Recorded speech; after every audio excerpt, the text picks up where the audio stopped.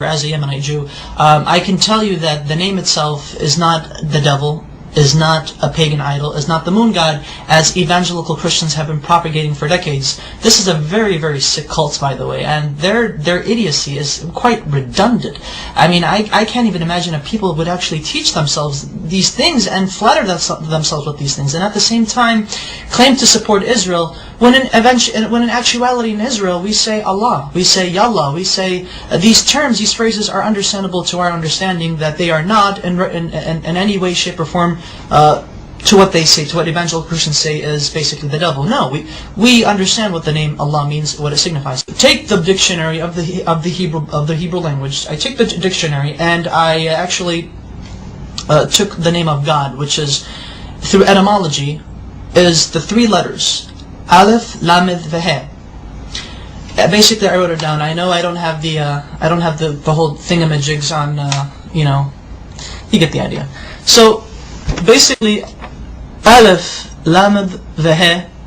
This in Hebrew means, without see, that's the thing. Without the vowels, because the dots, the nikud, the dots, or the vowels right here, these are vowels beneath the letters, indicate how the word itself is to be pronounced. So I'm going to block these right now for a second, but I'm going to show you. This right here, in my understanding, because I'm going to say what it is, this says God. Elah is God in Hebrew. Now, with these two right here, with these two vowels, this is the Fatah Sagol, Fatah Sagol. This would indicate that this would turn the word God, which without these vowels it would be God, Elah. Now it would be Olo, Olo.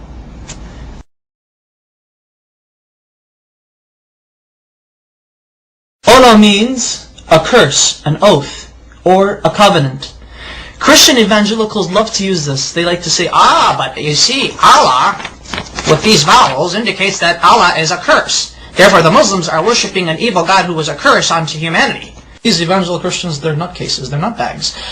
And I took it upon myself further to actually see how they got this idea that Allah, the Arabic name of God, is a curse, and more recently is the devil. I don't know how they do it, but they do it.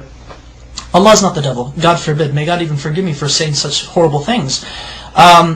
But here's the Hebrew version of the Arabic name Allah once it is written in Hebrew. The Arabic name Allah has 4 consonants because Hebrew is like Arabic. It's almost similar. Same alphabet, same thing, just different script. This is the Arabic name of God. This is how the script is. This is when it's connected, because Arabic is a cursive language. This is the connected form, but however it is 4 letters. 1, 2, 3, and 4. I'm going to have to baby you guys into this. Now this is the name of God, Allah in Arabic, but broken up. So that way each letter is given its position. This is Aleph, this is Lam, this is Lam, this is Ha.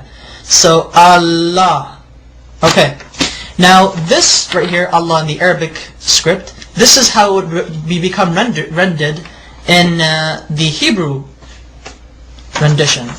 That way, Allah in Hebrew would be Aleph, Lamed, Lamed, He. Okay. Now, how do we get this? Which this right here is, this basically means cursed. And the only reason why this means is cursed because of these 2 vowels. There are 7 letters in the Hebrew language that look like this, that have these 3 consonants. There are 7 Hebrew words in the Hebrew language that have these 3 consonants, and they're both the same.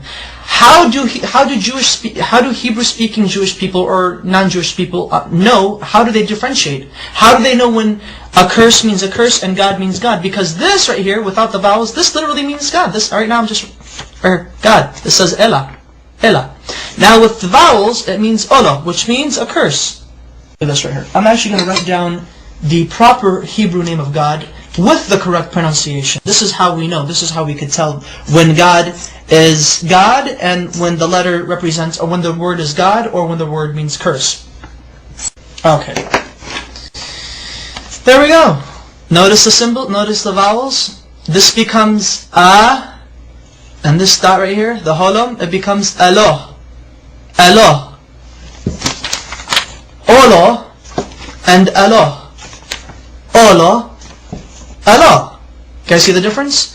This right here, though they have the exact same letters, Exact same letters. Everything is rendered the same thing.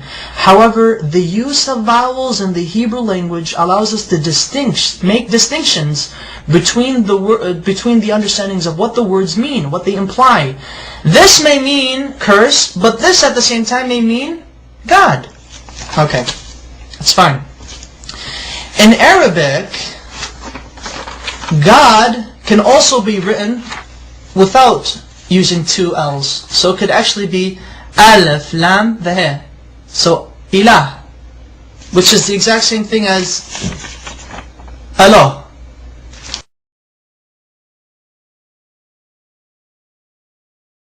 Their understanding of how they approach God is exquisitely the same. We do not share the system of belief with Christians that they and us worship the same God. No, we do not. So help me God.